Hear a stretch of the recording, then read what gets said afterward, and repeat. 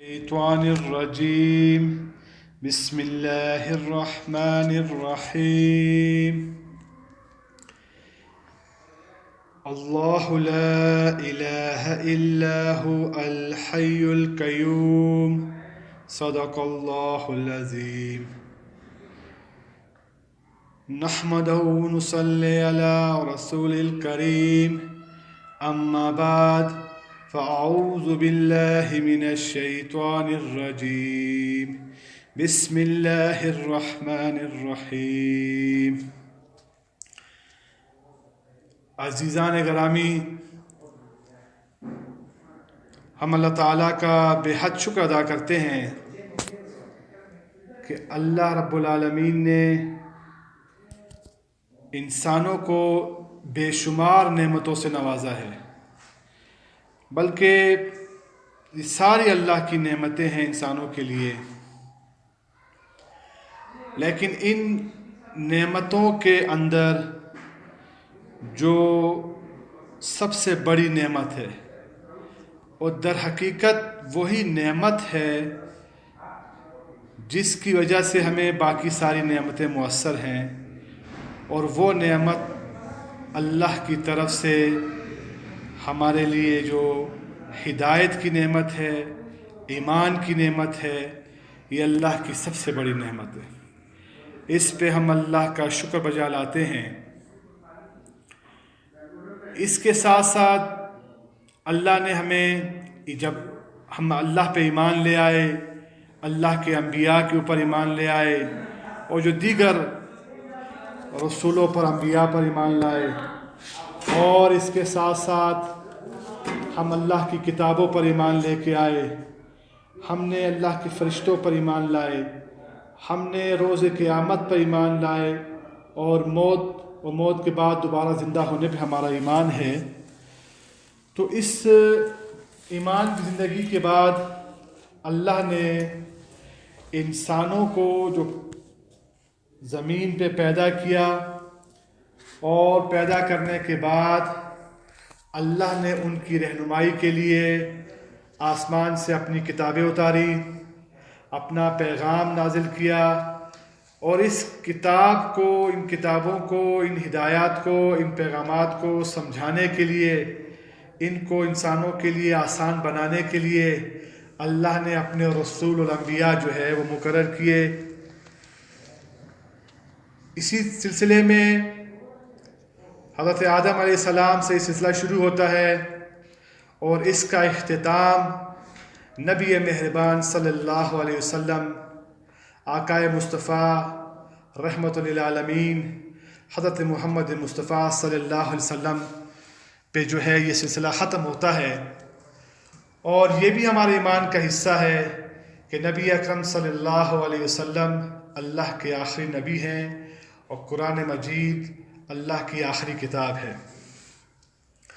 عزیزان گرامی، اس قرآن کا جو مرکزی موضوع ہے، جو اس کتاب کے اندر تو اللہ نے پوری اپنی اللہ کی ہدایت ہے، اللہ کے اس کے اندر ارشادات ہیں، اس کے اندر اللہ نے جو ہے وہ دنیا کا نقشہ کھینچا ہے، آخرت کا نقشہ کھینچا ہے، اس سے پہلے کی امتوں کا نقشہ کھینچا ہے، لیکن جو اس ساری ہدایت کا، اس ساری کتاب کا جو مرکزی نقطہ ہے، محور ہے، وہ انسان ہے۔ اللہ نے اس میں انسان کو مخاطب کیا ہے، انسانیت کو مخاطب کیا ہے، اور انسان ہی کو مرکز محور بنایا اس کتاب کے اندر۔ تو اس کتاب کے اندر جو ہمیں یہ درس ملتا ہے کہ جو انسانیت ہے، پوری کی پوری انسانیت، وہ اللہ کے بتائے ہوئے طریقوں کے مطابق، انبیاء کی تعلیمات کے مطابق اگر ہم اپنی زندگی کو اس کے ساتھ ڈھال لیں گے، اس کے مطابق اپنی زندگیوں کو لے کے چلیں گے، تو اللہ نے اس دنیا کے اندر بھی کامیابی رکھی ہے، اور آخرت کے اندر بھی کامیابی رکھی ہے۔ دین اسلام کے اندر تو ایسے بہت سے ہر چیز کا احاطہ ہوتا ہے۔ اسلام ایک مکمل ضابطہ حیات ہے، ایک مکمل زندگی گزارنے کا طریقہ ہے۔ اس کے اندر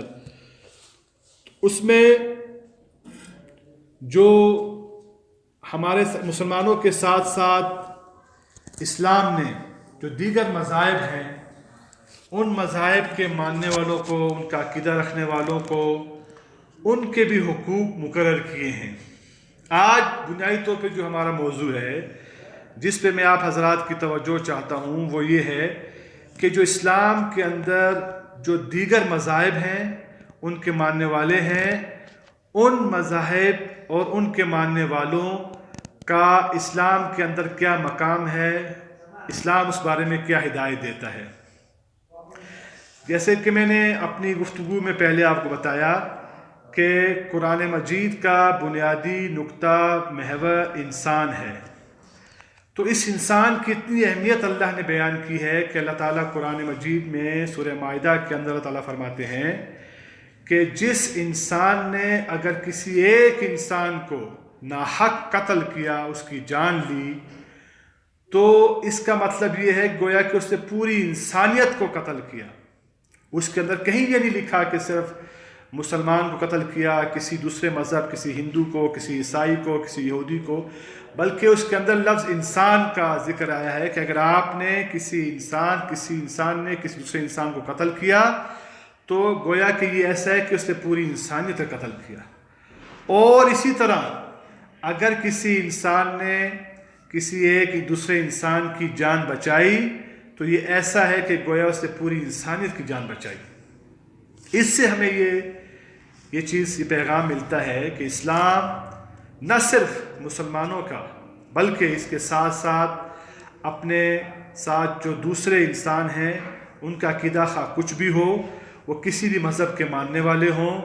وہ کسی بھی طریقے سے عبادت کرتے ہوں، تو ان کے تمام حقوق، ان کے مذہبی حقوق، ان کے سماجی حقوق، ان کے معاشرتی حقوق، اس کا اسلام میں ہمیں تحفظ ملتا ہے۔ لیکن بنیادی چیز جو ہے وہ انسان کی جان، مال، عزت، اس کے تحفظ، اس کی حرمت جو ہے وہ انسانی معاشروں کے اندر اس کی بڑی اہمیت ہے۔ اسی لیے